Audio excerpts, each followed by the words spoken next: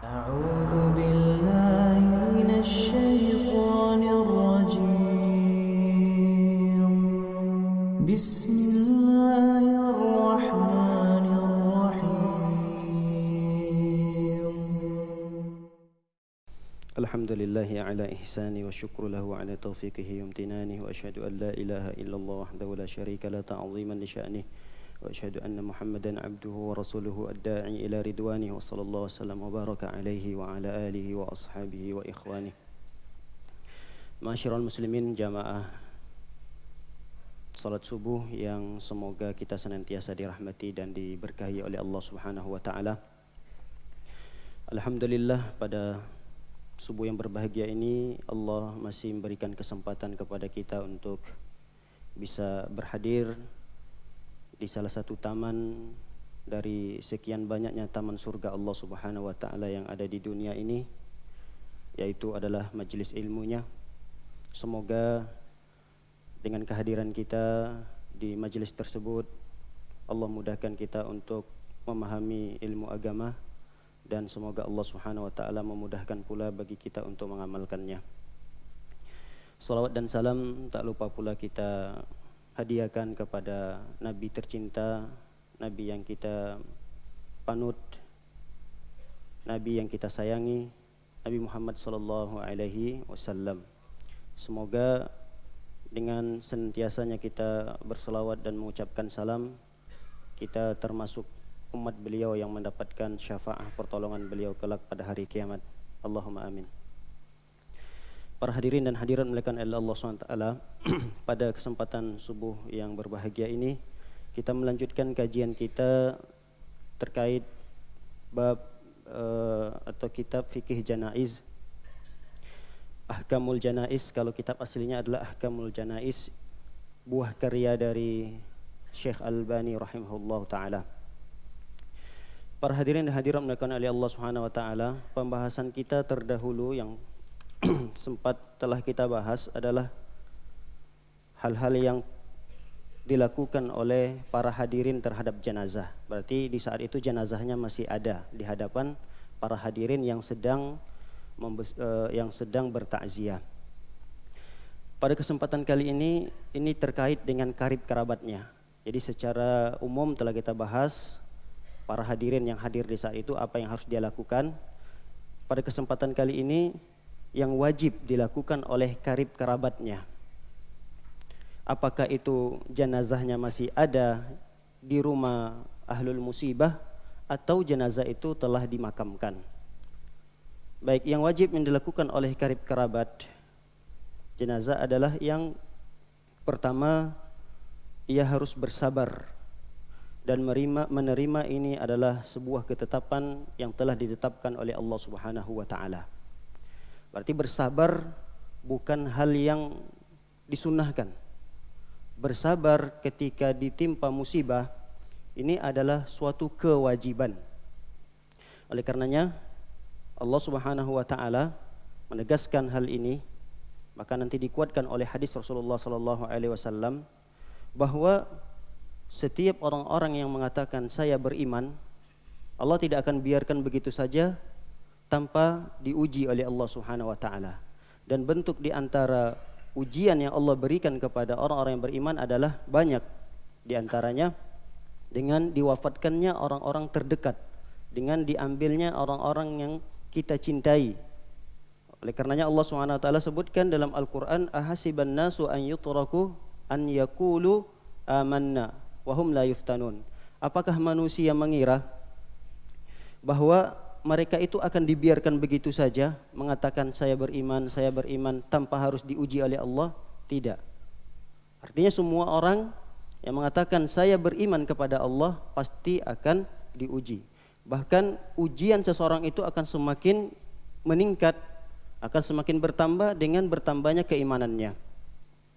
Allah SWT tegaskan lagi dalam surah Al-Baqarah, kata Allah SWT, وَلَنَبْلُوَنَّكُمْ بِشَيْءٍ مِنَ الْخَوْفِ وَالْجُوعِ وَنَقْصٍ مِنَ الْأَمْوَالِ وَالْأَنْفُسِ وَالثَّمَرَاتِ وَبَشِّرِ الصَّابِرِينَ.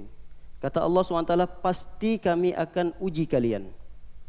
Allah mengatakan pasti. Kalimat pasti di sini mau tidak mau ridho tidak ridho, sabar atau tidak sabarnya terhadap ujian tersebut, Allah pasti akan menguji kita.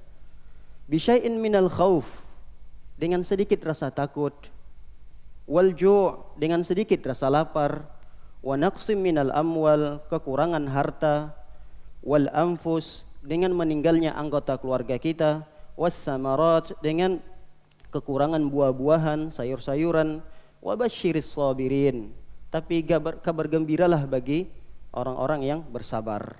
Orang-orang bersabar yang diberikan kabar gembira oleh Allah Subhanahu wa taala. Para ulama membagi keadaan manusia tatkala ditimpa musibah. Ada 4 bagian manusia tatkala ia ditimpa musibah. Yang pertama kata para ulama adalah at-tasakhut. At-tasakhut ini ketika ia ditimpa musibah terlihat dia tidak ridho. Dia marah, hatinya jengkel terhadap musibah yang ditimpakan oleh Allah Subhanahu wa taala. Keadaan yang pertama ini haram hukumnya. Orang tersebut berdosa. Selain dia mendapatkan ujian, selain dia ditimpa musibah, kesengsaraan oleh Allah Subhanahu wa taala di dunia ini, dia juga di akhirat mendapatkan dosa karena ketidakridhoannya terhadap ujian tersebut. Keadaan yang kedua, ketika seseorang ditimpa musibah adalah dia bersabar. Sebenarnya hatinya menolak. Sebenarnya dia tidak kuat dengan ujian tersebut. Bisa jadi berat rasanya untuk menerima keadaan itu. Tapi karena ia tahu bahwa dia harus dan wajib bersabar, maka dia paksakan dirinya, hatinya untuk bisa bersabar dan menerima takdir atau ujian itu. Ini sabar. Jadi sabar itu bukan artinya menerima 100%, tidak. Sabar itu adalah ketika ada gejolak dalam hatinya untuk tidak menerima.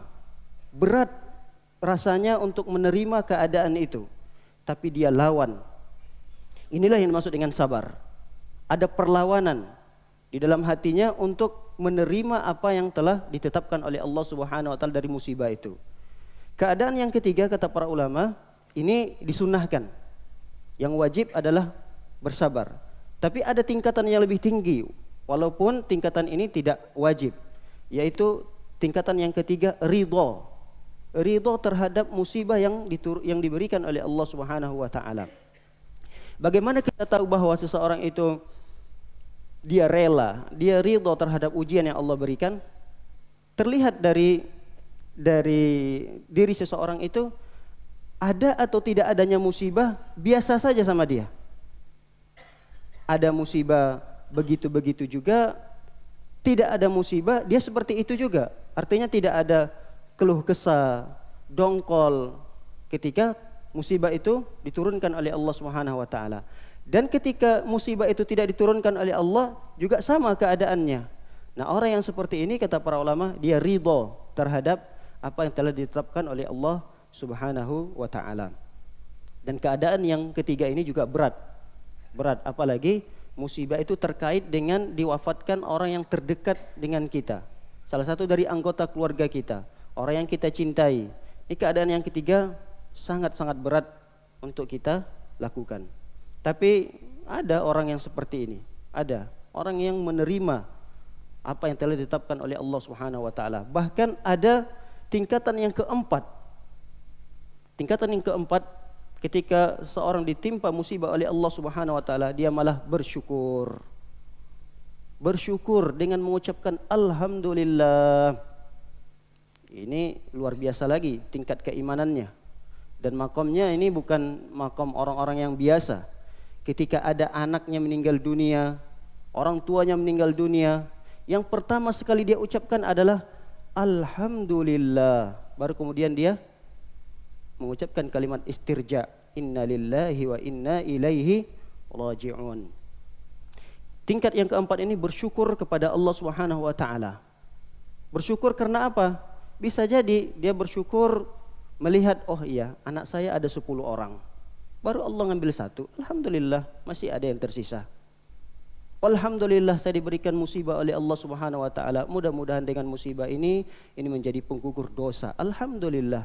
Dia mengucapkan alhamdulillah, alhamdulillah. Baru kemudian dia mengucapkan innalillahi wa inna ilaihi rajiun.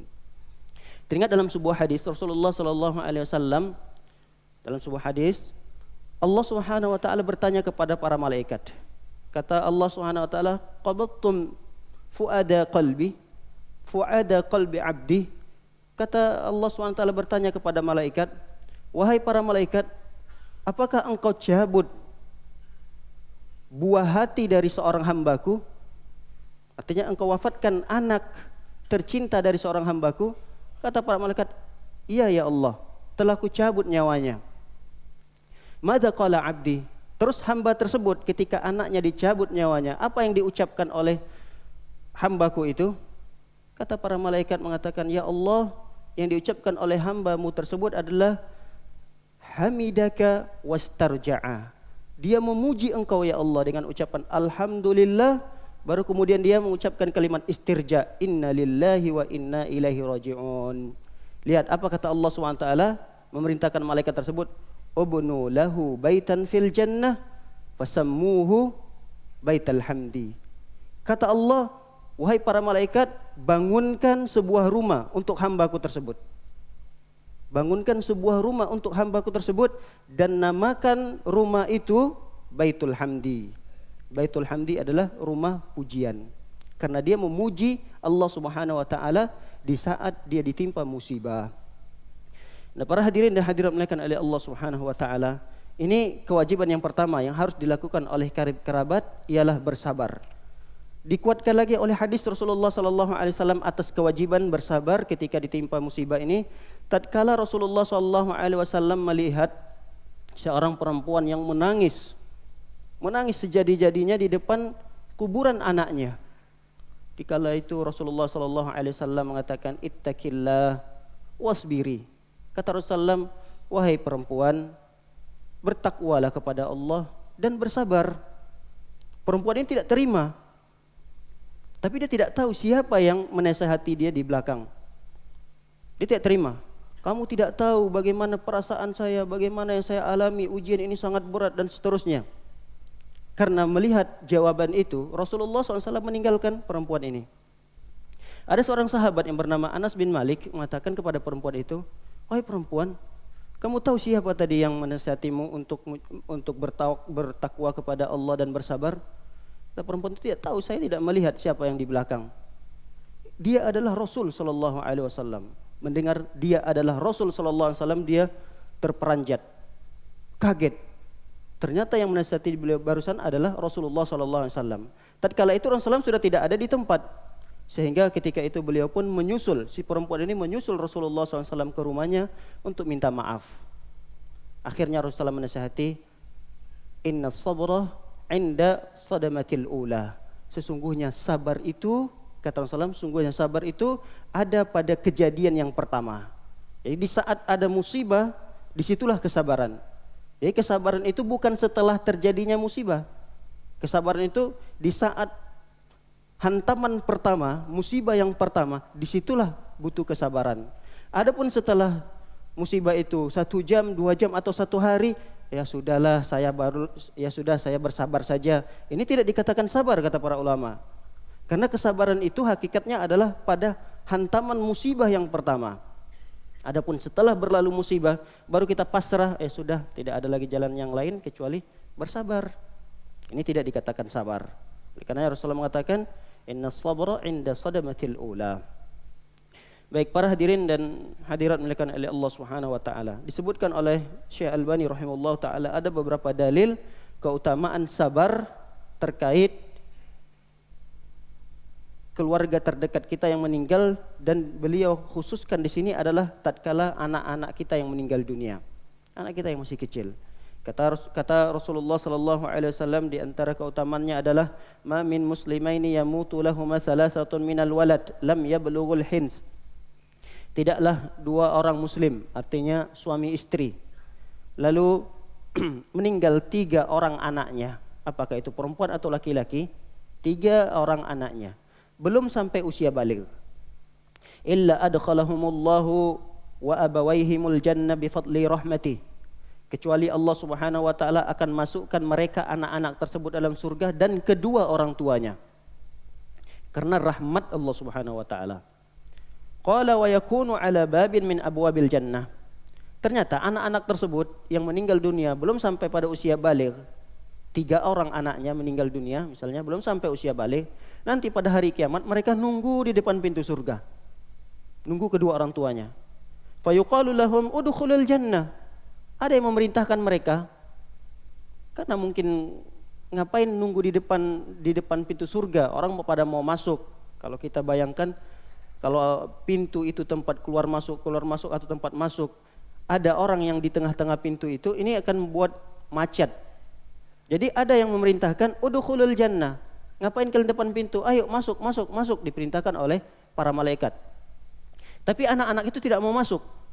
Hatta yaji'a abawana. Kami tidak mau masuk surga sampai kedua orang tua kami juga ikut bersama kami masuk ke dalam surga. Jadi ini buah dari kesabaran. Tapi ketika dia tidak sabar, di saat anaknya meninggal dunia, tidak mendapatkan keutamaan ini. Ini disebutkan oleh para ulama, di saat dia sabar ketika ditimpa musibah dengan meninggalnya anak-anaknya, maka keutamaan sangat besar yang didapatkan oleh kedua orang tuanya.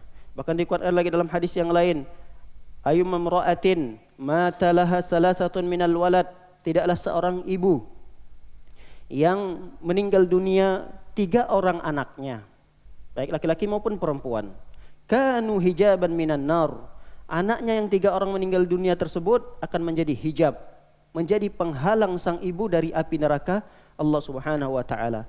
Qalat imra'atun, seorang perempuan bertanya kepada Rasulullah, ya Rasulullah, engkau sebutkan 3.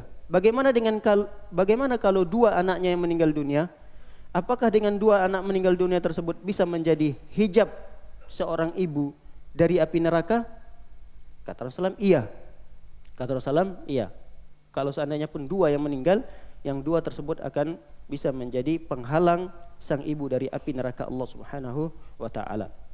Masih banyak dalil-dalil yang senada dengan yang kita sebutkan ini. Baik para hadirin dan hadirat yang dimuliakan oleh Allah Subhanahu wa taala. Kewajiban yang kedua yang harus dilakukan oleh keluarga di saat ditimpa musibah, khususnya adalah dengan diambilnya anggota keluarga kita dengan mengucapkan kalimat istirja. Ini kewajiban yang kedua. Ucapkan kalimat istirja. Inna lillahi wa inna ilaihi raji'un. Berarti kalau mengucapkan tahmid, alhamdulillah, wajib atau tidak? Tidak. Dia hanya sekedar sunnah.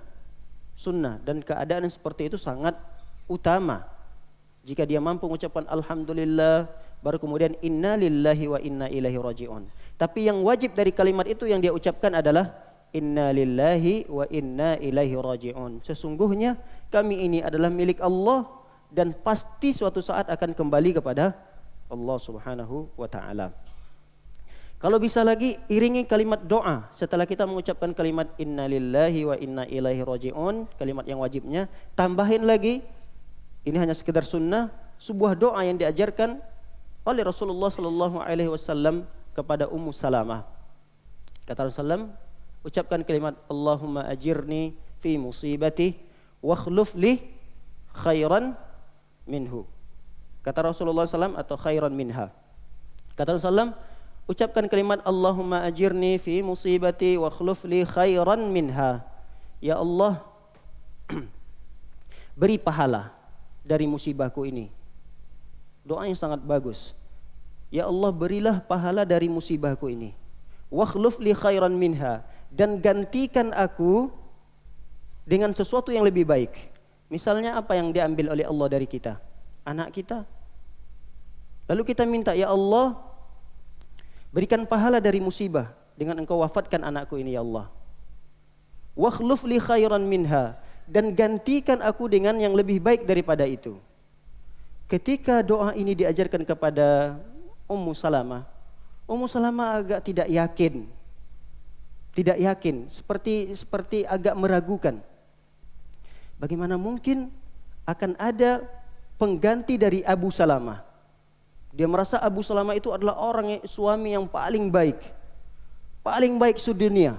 Tidak ada yang bisa menggantikan posisi Abu Salamah sang suaminya tadi. Bagaimana aku bisa membaca doa ini, wakhluf li khairan minha? Tapi karena ini adalah sabda Rasulullah sallallahu alaihi wasallam, sami'na wa ata'na. Akhirnya dia mengucapkan innalillahi wa inna ilaihi raji'un, dan dia membaca doa ini, Allahumma jirni fi musibati wakhluf li khairan minha. Lalu tatkala keraguan-raguan itu datang pada dirinya, datanglah seorang utusan yang bernama Hatib bin Abi Balta'ah. Hatib bin Abi Balta'ah datang. Ini adalah utusan Rasulullah sallallahu alaihi wasallam untuk meminang Ummu Salamah atas nama Rasulullah sallallahu alaihi wasallam. Tentu semua bersepakat kalau dibandingkan Abu Salamah, seorang sahabat Nabi sallallahu alaihi wasallam yang terbaik, dibandingkan dengan Nabi Muhammad sallallahu alaihi wasallam, tentu Nabi Muhammad yang lebih baik. Ternyata barulah ia meyakini doa yang dia bacakan tadi, Allah Subhanahu wa taala ganti dengan yang lebih baik lagi. Siapa dia? Rasul sallallahu alaihi wasallam. Tapi ketika itu Ummu Salamah sedikit menolak lamaran itu. Dengan alasan, kata Ummu Salamah, saya tidak bisa menerima khitbah atau tunangan dari Rasulullah SAW. Khitbah dari Rasulullah SAW. Karena saya ini perempuan yang cemburu sekali. Karena Ummu Salamah tahu ketika itu Rasulullah juga sudah memiliki istri. Saya seorang perempuan yang cemburu. Kemudian saya juga punya seorang putri. Lalu kata Rasulullah SAW, putri Ummu Salamah saya akan doakan, kata Rasulullah. Saya akan doakan semoga Allah memberikan kecukupan kepadanya. Dan adapun kecemburuan yang dimiliki oleh Ummu Salamah, saya akan berdoa kepada Allah Subhanahu wa taala semoga Allah menghilangkannya. Nah, inti daripada potongan hadis ini menunjukkan kewajiban seorang yang ditimpa musibah oleh Allah Subhanahu wa taala adalah dia mengucapkan kalimat istirja. Inna lillahi wa inna ilaihi raji'un. Adapun sebelumnya kalimat alhamdulillah itu hanya sekedar anjuran. Adapun doa setelahnya juga sekedar anjuran. Kewajiban bagi seseorang adalah mengucapkan inna lillahi wa inna ilaihi raji'un. Baik para hadirin dan hadirat dimuliakan oleh Allah Subhanahu wa taala, kewajiban yang ketiga yang harus dilakukan oleh kerabatnya adalah khusus bagi wanita. Ini hanya khusus bagi wanita, tidak bagi laki-laki. Yaitu melakukan hiddah atau ihdad. Apa itu hiddah? Hiddah itu meninggalkan memakai wangi-wangian, meninggalkan berhias, bersolek, apapun bentuk perhiasannya. Apakah perhiasan yang melengket di badan seperti kalung dan seterusnya, atau perhiasan yang bentuknya di pakaian, itu tidak boleh dipakai oleh seorang perempuan. Begitu juga memakai wangi-wangian, apakah itu wewangian yang dipakaikan di badan atau wewangian yang dipakaikan di pakaian. Kecuali wewangian itu adalah bentuknya sabun yang biasa kita pakai, aromanya wangi, atau sabun yang kita gunakan untuk mencuci pakaian dan aroma sabun itu mengeluarkan aroma yang wangi, ini dikecualikan. Yang dilarang di sini bagi perempuan yang meninggal anggota keluarganya, apakah itu anaknya, apakah itu orang tuanya, apakah itu pamannya, apakah itu saudaranya, maka bagi perempuan diwajibkan untuk meninggalkan memakai wewangian dan tidak bersolek berhias. Selama berapa hari? Selama 3 hari. Selama 3 hari. Kecuali yang meninggal dunia adalah suaminya. Jika suaminya yang meninggal dunia, dia wajib meninggalkan yang tadi kita sebutkan, berhias, kemudian tidak memakai wewangian selama 4 bulan 10 hari. Inilah disebut dengan masa iddah. Ketika suaminya meninggal dunia, dia harus meninggalkan wewangian dan tidak berhias, tidak memakai make up, tidak memakai celak dan lipstik selama 4 bulan 10 hari. Sebagaimana firman Allah Subhanahu wa taala, yatarabbasna bi anfusihinna arba'ata ashhurin wa ashra. Kata Allah Subhanahu wa taala, mereka harus berada di masa iddah, yaitu lamanya 4 bulan 10 hari. Nah, kalau dia yang meninggal dunia adalah suaminya, selain dia tidak boleh memakai wewangian, tidak boleh berhias, juga ada yang kedua, perempuan yang ketika tinggal mati oleh suaminya, dia tidak boleh keluar rumah dalam rangka nginap di selain rumah yang biasa ditempati oleh suaminya. Kami ulangi, yang tidak boleh dilakukan oleh perempuan jika yang meninggal dunia adalah suaminya, selama 4 bulan 10 hari dia tidak boleh bersafar. Bersafar walaupun sama mahramnya, tidak boleh. Dan dia tidak boleh keluar dari rumahnya di malam hari, nginap di malam tersebut di rumah selain di mana suaminya biasa tinggal. Artinya nginap di rumah yang lain, saudaranya, orang tuanya, tidak boleh. Dia harus menginap di rumah di mana biasa suaminya tinggal. Dan suaminya biasa tinggal di rumah itu, maka selama 4 bulan 10 hari harus tinggal di rumah tersebut. Dalam rangka menginap. Tapi kalau dia keluar dalam kesehariannya karena kebutuhan, kalau dia seorang dokter misalnya, dia harus ada praktek, dia seorang guru harus mengajar di siang hari, tidak mengapa. Asalkan di awal malam dia harus pulang. Di awal malam dia harus pulang. Jadi sebelum maghrib dia harus sudah sampai ke rumah, sehingga di malam hari dia sudah ada di rumah dan menginap di rumah biasa suaminya tinggal di sana selama 4 bulan 10 hari. Itu yang disebutkan oleh para ulama. Jadi kalau dia keluar tidak masalah.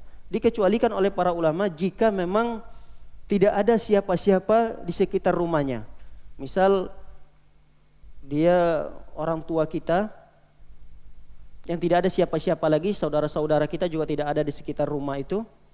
Dia sudah tua, kebutuhannya tidak ada yang memenuhinya, maka boleh kita sebagai anaknya untuk membawa orang tua kita tadi ke kota misalnya, tempat kita, atau ibu itu di kota tinggalnya kita bawa ke kampung untuk tinggal bersama kita walaupun belum selesai masa iddahnya, karena ini masuk dalam bab darurat.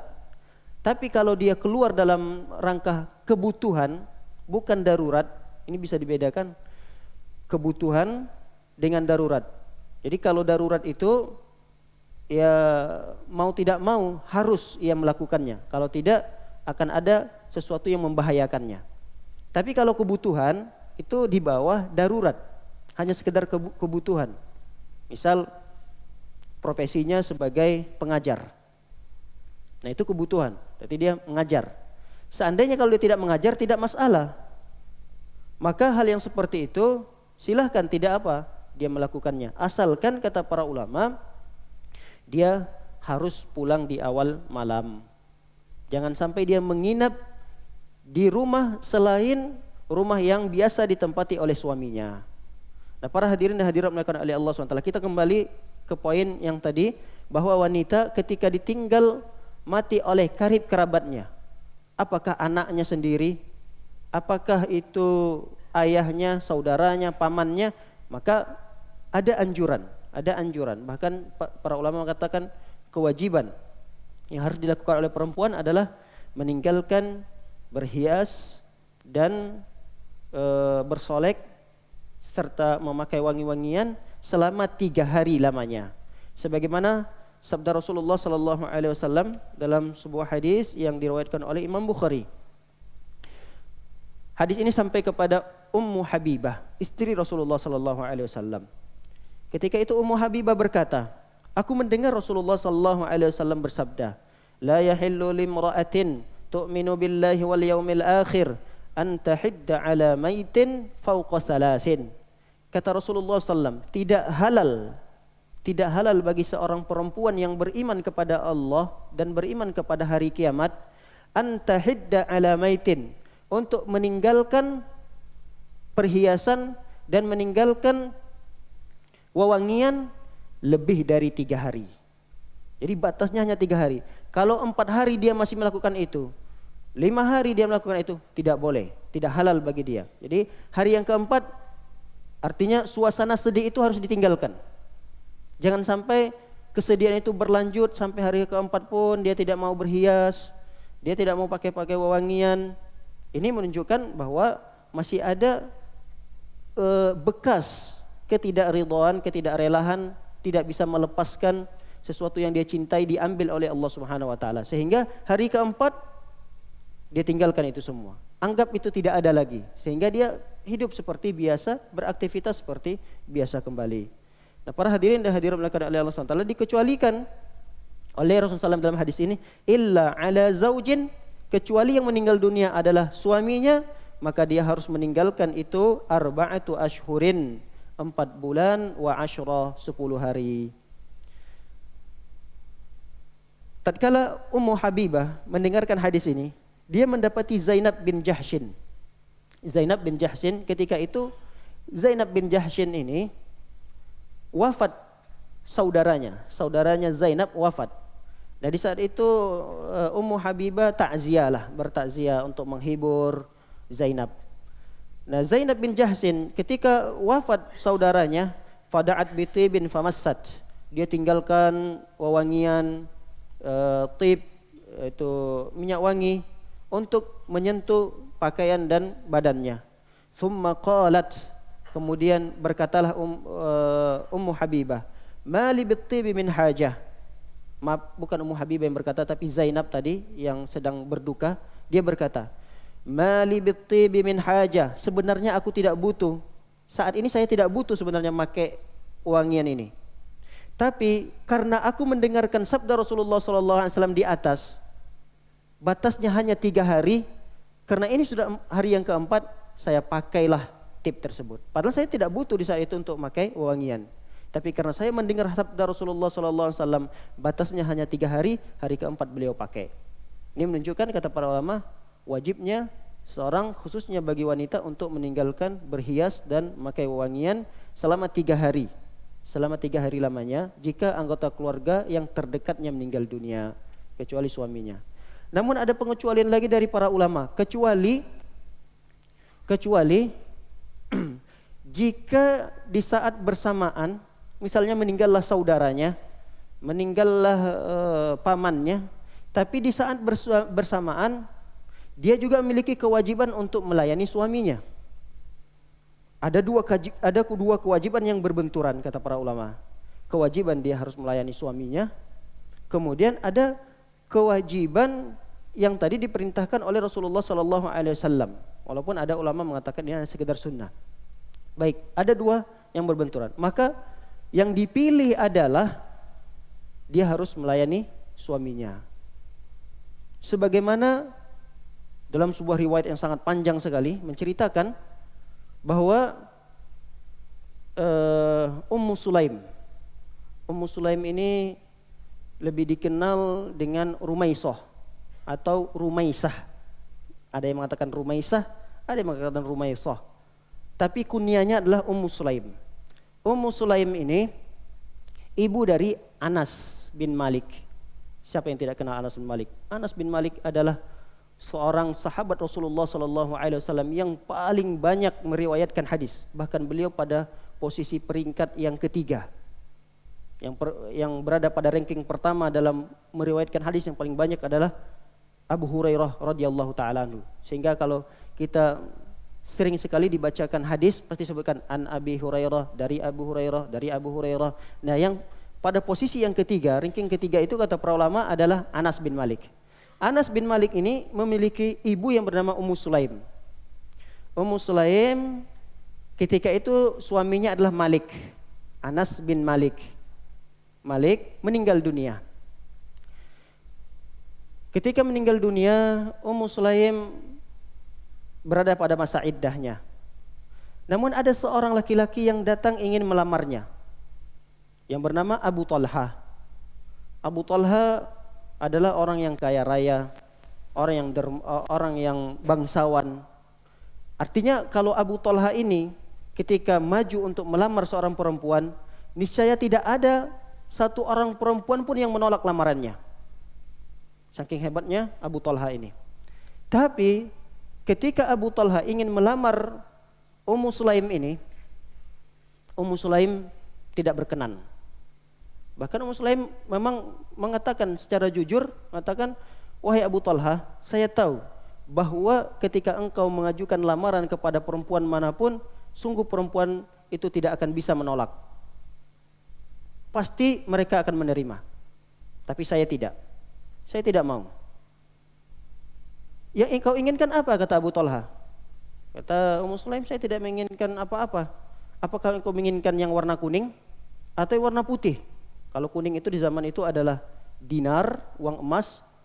Kalau putih adalah dirham, perak. Jadi Abu Talha menawarkan itu. Kamu yang milih yang mana? Yang kuning atau yang putih? Dua-duanya tidak saya pilih, kata Ummu Sulaim. Terus apa yang harus saya lakukan supaya engkau bisa menerima lamaranku?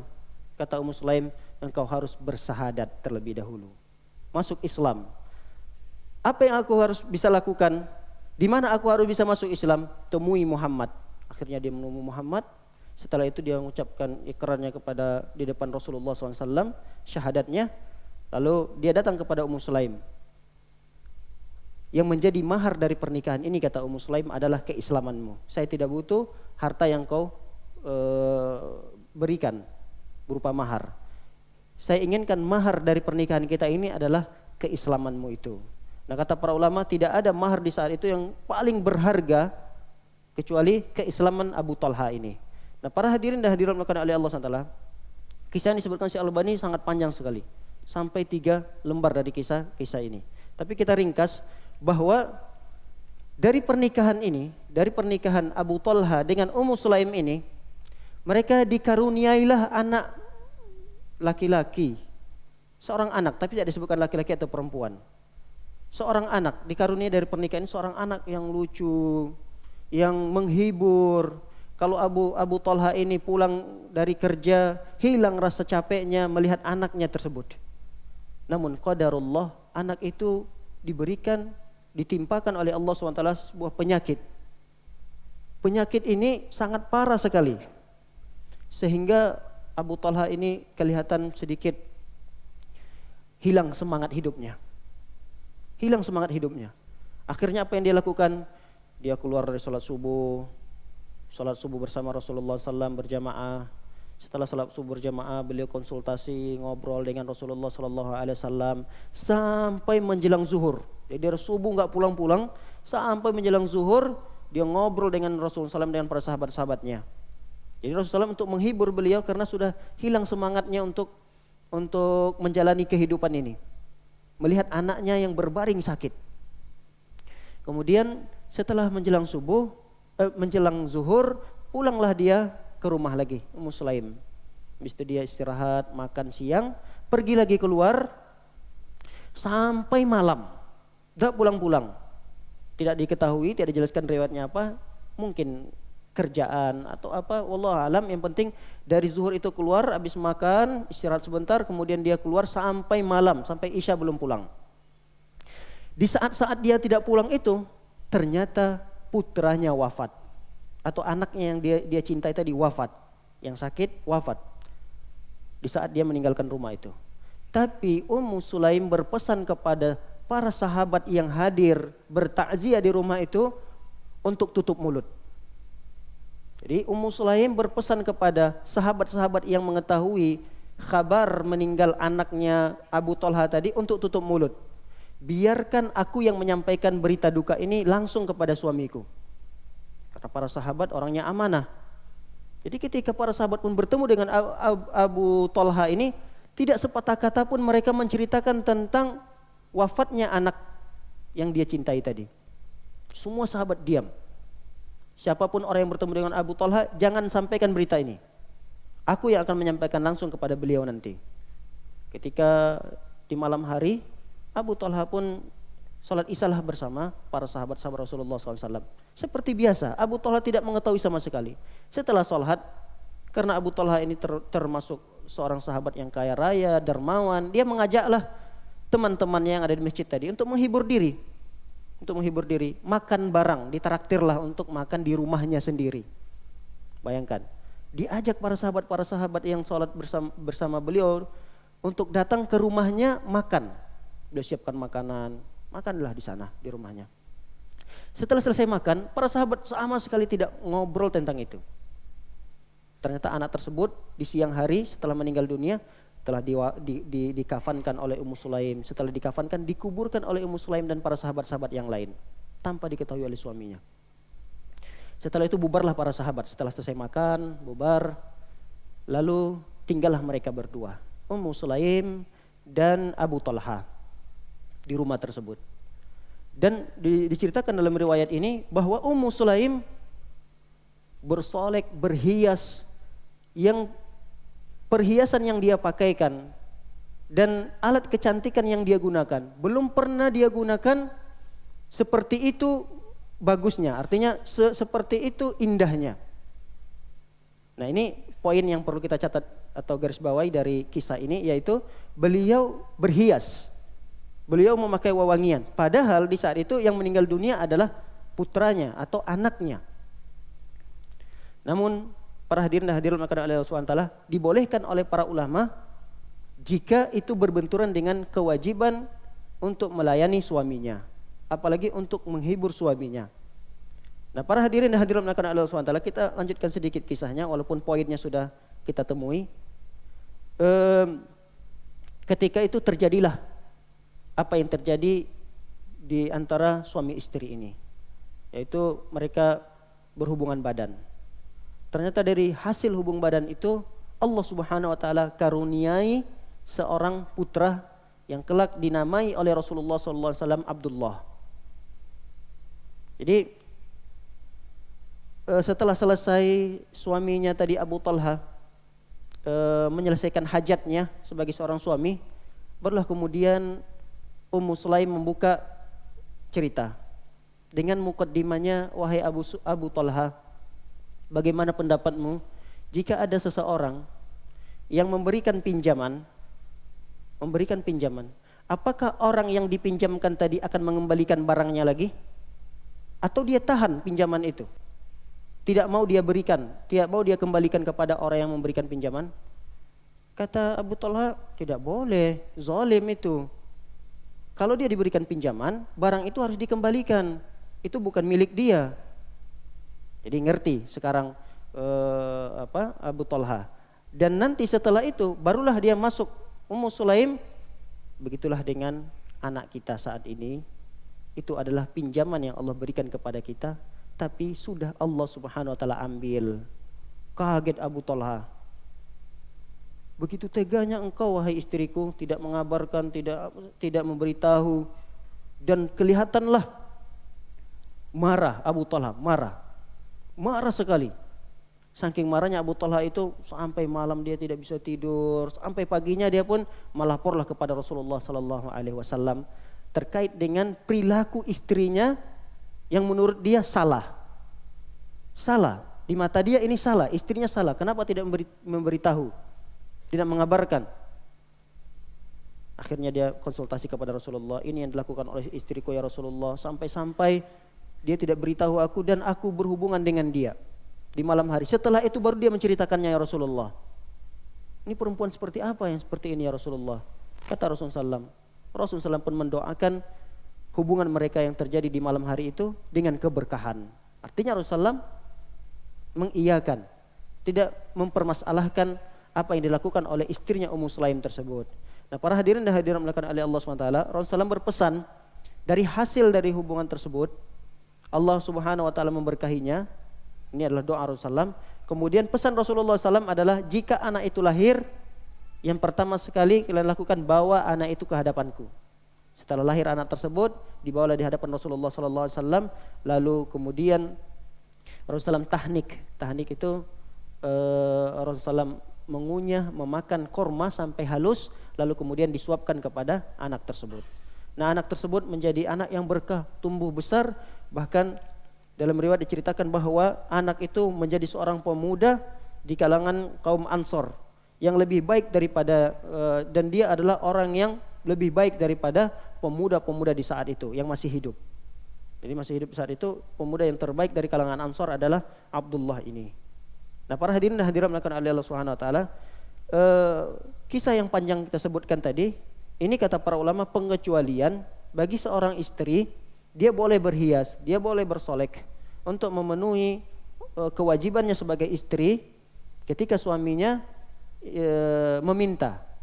Sedangkan tidak meminta saja dia boleh berhias, apalagi sang suaminya meminta. Ketika itu berbenturan dengan dia harus meninggalkan perhiasan, dia harus meninggalkan wewangian di saat anggota keluarganya meninggal dunia. Tapi jika di saat suaminya tidak perlu dan tidak butuh terhadap syahwat tersebut, maka dianjurkan sekali dia untuk mengamalkan al-hiddah tadi atau al-ihdad, meninggalkan perhiasan dan wewangian. Para hadirin dan hadirat oleh Allah Subhanahu wa taala, kita masuk pada poin yang berikutnya, ialah hal yang haram dilakukan oleh kerabat jenazah. Apa saja yang haram, bentuk-bentuk perbuatan yang haram yang dilakukan oleh kerabatnya jenazah yang masih hidup. Kalau tadi poin-poin yang wajib dilakukan, kalau ini yang haram dilakukan. Yang haram dilakukan oleh kerabat jenazah ketika meninggal anggota keluarganya adalah meratap. Apa itu meratap? Meratap itu teriak-teriak dengan histeris, suaranya besar, teriak-teriak, biasanya diiringi dengan tangisan yang berlebihan. Jadi tangisan yang berlebihan. Dia menangis, kemudian dia teriak-teriak, dia mengucapkan kalimat-kalimat yang teriak lah, bukan pada umumnya seperti dia berbicara. Nah, ini dilarang dalam Islam. Kenapa dilarang? Pertama, karena hadis Rasulullah SAW, bahkan diancam perbuatan seperti itu, pelakunya diancam oleh Rasulullah SAW dengan azab. Pakaian akan dipakaikan kepada orang tersebut, pakaian yang panas terbuat dari ter.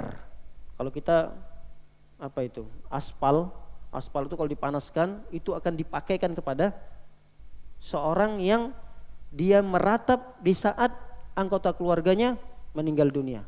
Lihat sabda Rasulullah SAW, kata Rasulullah SAW, arba'un min ummati min amril jahiliyah. Ada 4 perkara dari umatku yang dilakukan oleh umatku, padahal 4 perkara itu adalah perkaranya orang-orang jahiliyah.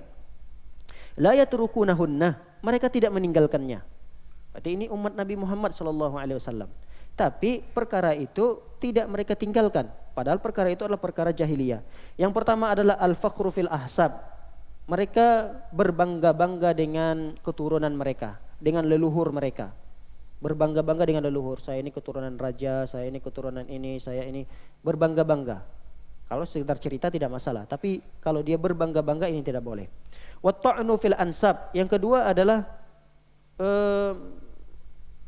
mencelah nasab, memburuk-burukkan, menjelek-jelekkan nasab.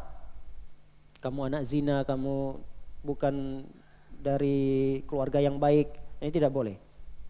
Kemudian yang ketiga adalah wal istisqa'u bin nujum, meminta hujan dengan bintang.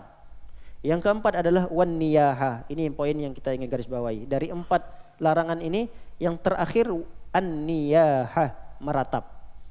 Lalu Rasulullah SAW mengatakan an-naihatu idza lam tatub qabla mautiha. An-naiha, orang yang meratap atau perempuan yang meratap, lalu dia belum bertaubat sebelum dia meninggal dunia dari dosa meratapnya tadi, tuqamu yaumal qiyamah wa 'alaiha sirbalun min qatiran. Maka dia akan dibangkitkan pada hari kiamat dengan dipakaikan ter yang begitu panas. Jadi aspal yang begitu panas itu akan disiramkan kepada orang tersebut jika dia belum bertaubat dari dosa meratap karena meninggalnya anggota keluarganya tersebut. Bukan itu saja azabnya, bahkan wadir'in min jarbin, bahkan akan dipakaikan pula dir'in yang terbuat dari kudis-kudis. Jadi dari bau yang busuk, anggota badannya itu luka-luka, mengeluarkan bau yang busuk, kemudian disiram lagi dengan ter yang panas. Auzubillah. An-niyaha atau meratap dilarang Rasulullah SAW karena itu bentuk kekufuran, kafir. Tapi kafir di sini bukanlah mengeluarkan dari agama Islam. Ketika seorang meratap dia kafir, tapi kafir kecil. Artinya kafir kecil itu dosa yang sangat besar. Meratap ini adalah dosa sangat besar. Sampai-sampai kata Rasulullah SAW, isnatani fin nasi huma bihim kufurun. Ada dua perkara yang sering terjadi pada manusia, padahal perbuatan itu bisa menjatuhkan kepada kekufuran, bisa jatuh kepada kekafiran, yaitu kafir kecil. Apa itu? At-ta'nu fin nasab, mencelah keturunan. Yang kedua adalah an-niyahatu 'alal mayyit, yaitu meratap atas mayit yang meninggal dunia. Ini perbuatan kufur. Tidak hanya yang diazab itu adalah pelakunya, bahkan ratapan ini akan mempengaruhi kepada orang yang meninggal dunia. Subhanallah, meratap itu ternyata bukan dosa yang memberikan efek kepada pelakunya saja, tapi dosa meratap itu akan didapatkan oleh orang yang meninggal dunia. Sampai-sampai Umar bin Khattab dalam riwayat ini menceritakan, Umar bin Khattab ketika ditusuk, ditikam luka, beliau tergeletak, beliau pun sampai 3 hari tidak bisa bangun dari tusukan itu. Terdapatlah Hafsah putrinya sedang meratapi keadaan Umar bin Khattab. Ya mungkin dia mengucapkan kalimat-kalimat, dia teriak-teriak, kenapa kok Umar bisa ditikam, kenapa, apa salah Umar, dan seterusnya. Dilihat oleh Umar, apa yang dilakukan oleh Hafsah ini? Dipanggil oleh Umar, ya Hafsah, wahai Hafsah, amma sami'ti Rasulullah sallallahu alaihi wasallam yaqul, wahai Hafsah, tidakkah engkau mendengarkan sabda Rasulullah SAW, al-mu'awwalu alaihi yu'azzab, bahwa orang yang meninggal dunia yang engkau ratapi itu nanti akan diazab oleh Allah Subhanahu wa taala. Jadi akibat dari ratapan itu, azabnya tidak hanya kepada pelaku, tapi kepada orang yang meninggal dunia itu. Wa awwala alaihi Suhaib. Ternyata ada seorang sahabat lagi berkunjung menengok Rasulullah sallallahu alaihi wasallam. Ketika dia melihat keadaan Umar bin Khattab, melihat keadaan Umar bin Khattab, dia pun ikut meratap. Tidak ridho, tidak rela Umar diperlakukan seperti itu. Dipanggil lagi oleh Umar. Wahai Suhaib, ya Suhaib, ama alimta annal mu'awwalu alaihi yu'azzab. Wahai Suhaib, apa yang kau lakukan ini? Engkau teriak-teriak, wahai saudaraku Umar, kenapa engkau seperti ini? Dipanggil oleh Umar, wahai Suhaib, apa yang kau lakukan? Tidakkah engkau mendengarkan sabda Rasulullah SAW bahwa orang yang meratap, yang diratapi itu akan diazab oleh Allah Subhanahu wa taala? Lalu di dalam riwayat yang lain Umar mengatakan, innal maita la yu'azzaba bi ba'di bukai ahlihi alaihi. Sesungguhnya mayat yang diratapi itu akan diazab oleh Allah Subhanahu wa taala karena tangisan dari sebagian keluarganya. Tangisan yang diiringi dengan ratapan. Kalau sekedar tangisan, sedih, keluar air mata, ini tidak masalah. Tapi ada sebagian tangisan yang membuat si mayit itu tersiksa, diazab oleh Allah Subhanahu wa taala. Karenanya disebutkan oleh Rasulullah sallallahu alaihi wasallam ini bahwa fi qabrihi, di dalam kuburnya kelak si mayat ini akan diazab karena ratapan sebagian keluarganya yang masih hidup. Baik, dalam riwayat yang lain disebutkan innal maita yu'azzabu bi bukai ahlihi alaihi, bahwa sesungguhnya mayat itu akan diazab oleh Allah Subhanahu wa taala karena tangisan keluarganya. Sekali lagi bukan sekedar tangisan, tapi tangisan yang diiringi dengan ratapan. Baik para hadirin dan hadirat yang oleh Allah SWT, mungkin di sini terjadi permasalahan. Permasalahannya adalah bahwa Allah SWT berfirman, wala taziru waziratun wizra ukhra.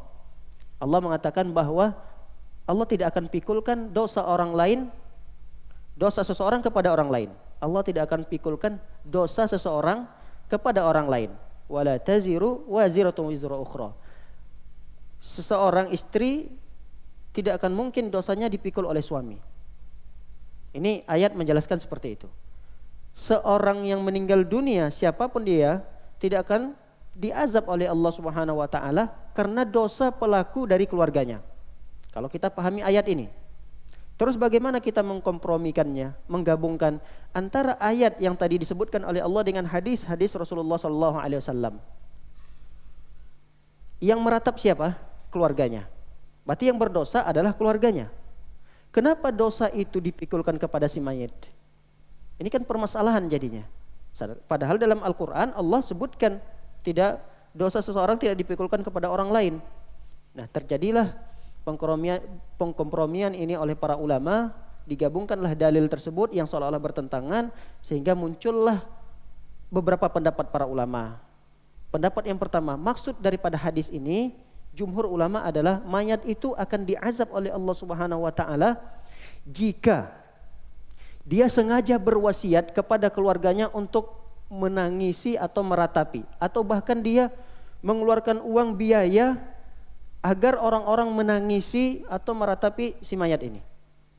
Itu makna daripada hadis. Jadi ada ternyata orang yang sengaja memberikan upah pada orang-orang agar menangis, meratap, seolah-olah sebutkan kebaikan-kebaikan yang ada pada orang tersebut supaya orang tahu, sengaja dibuat seperti itu. Nah, ini yang dimaksud daripada hadis tersebut. Atau kata para ulama, mayat itu diazab karena dia tidak berwasiat. Karena dia tidak berwasiat agar keluarganya jangan sampai meratapi kalau dia meninggal dunia nanti. Jadi dia harus berwasiat ketika di tengah-tengah masyarakat ini biasa terjadi. Jadi di masyarakat itu umum terjadi bahwa kalau meninggal keluarganya ada keluarga yang meratapinya. Nah, kalau dia meninggal dunia lalu dia tidak berwasiat kepada keluarganya, jangan ratapi ketika aku meninggal dunia, maka dia ikut akan diazab oleh Allah Subhanahu wa taala. Bisa dipahami Bapak sekalian? Jadi sebabnya yang pertama bisa jadi dia berwasiat secara sengaja agar meratapi dia, ini yang dimaksud oleh hadis Rasulullah SAW, dia akan diazab di dalam kuburnya.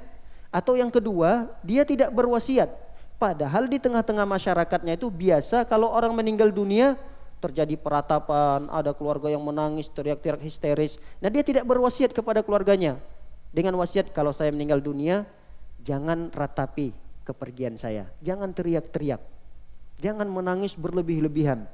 Nah, dia tidak berwasiat seperti itu. Maka ketika dia tidak berwasiat, meninggal dunia, lalu keluarganya meratapi kepergiannya itu, dia diazab oleh Allah Subhanahu wa taala dengan ratapan keluarganya tersebut.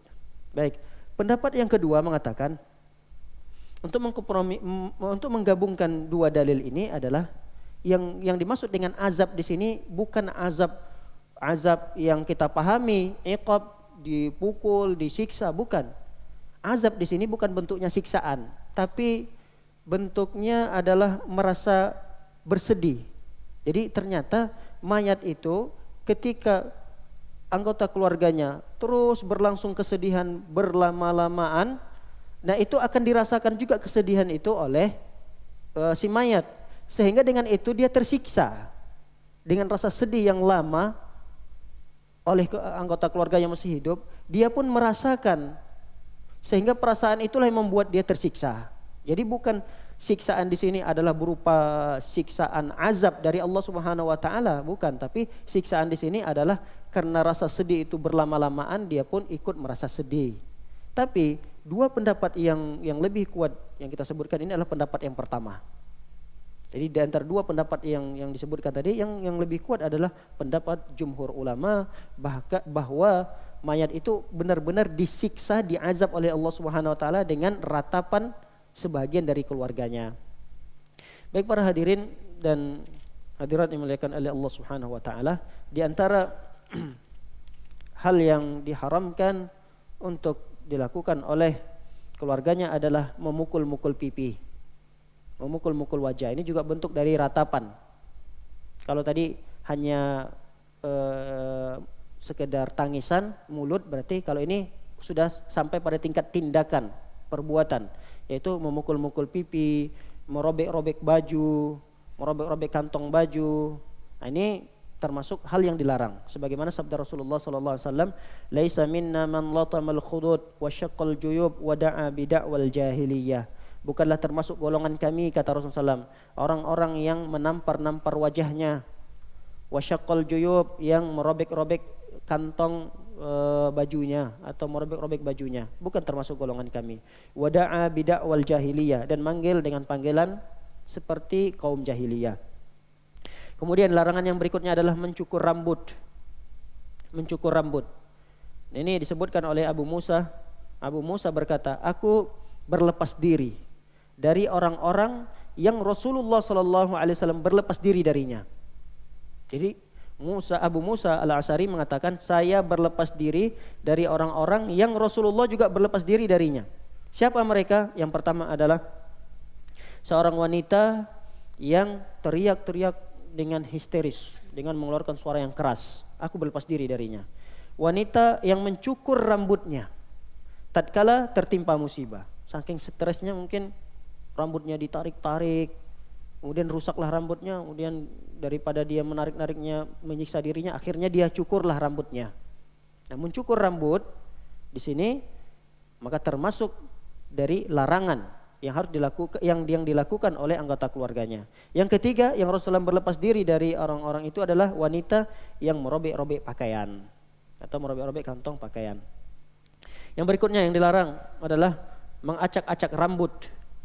Mengacak-acak rambut juga termasuk yang perkara dilarang oleh Rasulullah SAW bagi karib kerabat yang ditinggal. Sebagaimana isi dari baiat. Jadi para perempuan-perempuan itu berbaiat. Di antara isi baiat mereka kepada Rasulullah SAW adalah tidak melukai wajah di saat tertimpa musibah, tidak berteriak-teriak ketika merespon musibah yang ditimpa oleh Allah SWT. Yang ketiga adalah tidak merobek-robek pakaian. Yang keempat adalah tidak juga mengacak-acak rambut. Jadi ada orang terkadang saking tidak kuatnya melihat orang yang dia cintai wafat, terkadang dia merobek-robek kantong kemudian menjambak-jambak rambutnya. Ini hal yang dilarang. Hal yang dilarang. Bahkan ini bisa terancam si mayat diazab oleh Allah Subhanahu wa ta'ala. Karena ini adalah bentuk peratapan.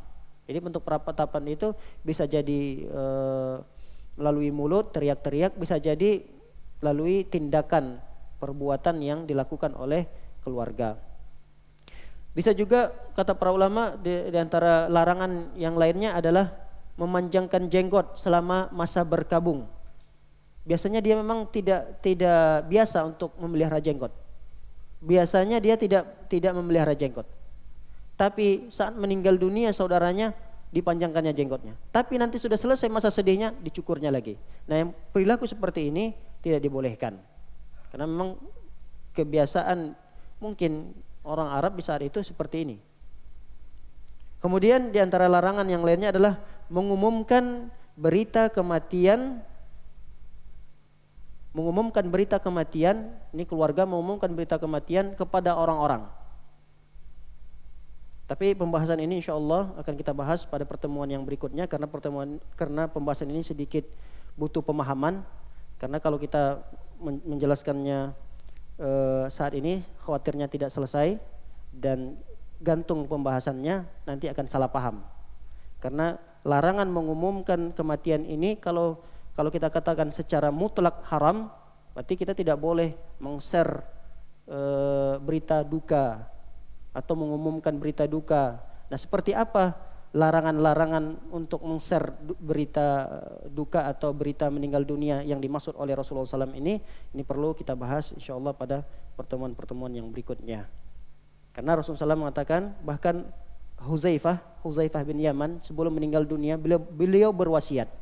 Apa wasiat beliau? Kata beliau, jika ada seseorang yang meninggal dunia, dia berkata, janganlah kalian mengumumkan berita kematian kepada siapapun, sebab aku takut hal itu akan menjadi na'yu. Na'yu itu adalah meng-share atau mengumumkan berita kematian, an-na'yu. Dan aku mendengarkan, kata Huzaifah bin Yaman, aku mendengarkan hadis Rasulullah SAW. Rasulullah SAW naha anin na'yi. Rasul SAW melarang perbuatan na'yu, yaitu mengumumkan berita kematian. Nah, berita kematian yang di sinilah yang insyaallah kelak akan kita bahas. Yang maksud dilarang di sini seperti apa, yang dibolehkan seperti apa, yang dimakruhkan seperti apa. Wallahu ta'ala alam bisawab. Wa sallallahu nabiyana Muhammadin wa ala alihi washabbihi wasallam ajma'in. Akhiru da'wana subhanakallahumma wa bihamdika asyhadu an la ilaha illa anta astaghfiruka wa atubu ilaik. Assalamualaikum warahmatullahi wabarakatuh.